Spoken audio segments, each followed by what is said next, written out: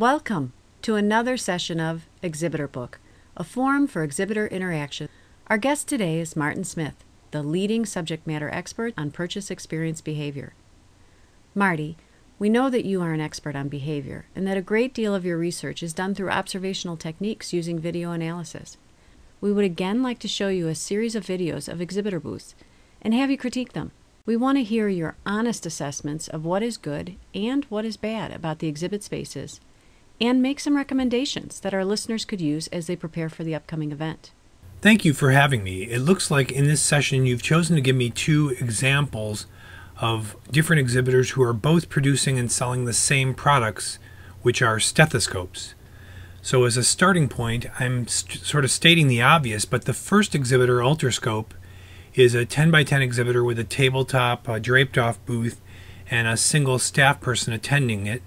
And the second exhibitor, Littman, is a much larger 10 by 20, maybe 10 by 30 booth with higher end wood finishes and hard wall structures, and it looks like 10 or so staff people.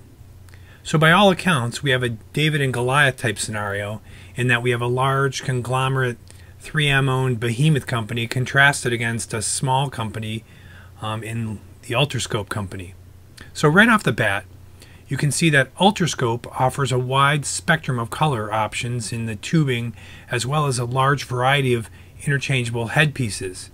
Comparing that against the Littman booth, you can see that they only have 6 varieties of headpieces and very little, if any, tubing color variation.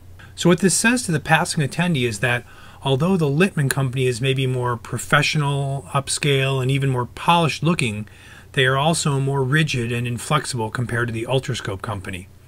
In short, they're a batch manufacturing type operation which does not cater to the specialized order needs of customers. So what you see is what you get.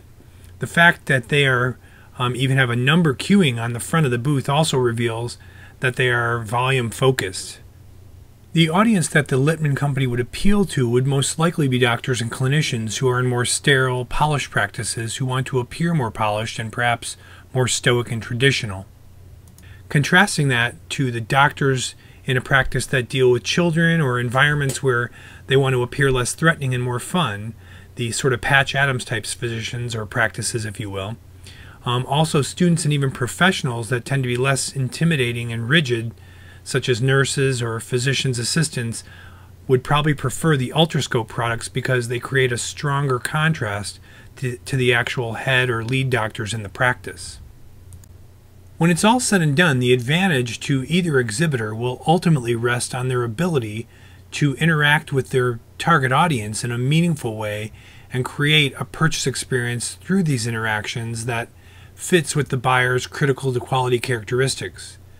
For this reason, it isn't a matter of Littman showing more colors of tubing or headpiece options, nor is it about Ultrascope going to a more polished look. It's really about connecting with the subcultural group in the deepest, most cohesive manner possible.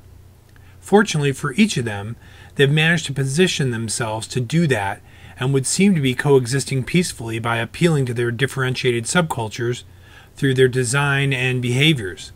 Both of these exhibitors take orders for their products as part of their conversion process, and interestingly enough, Littman shows they have sold 836, items in a price ranging from $70 up to $350 for each item, which means that they've generated approximately somewhere between $60,000 and $100,000+ in sales from this one event.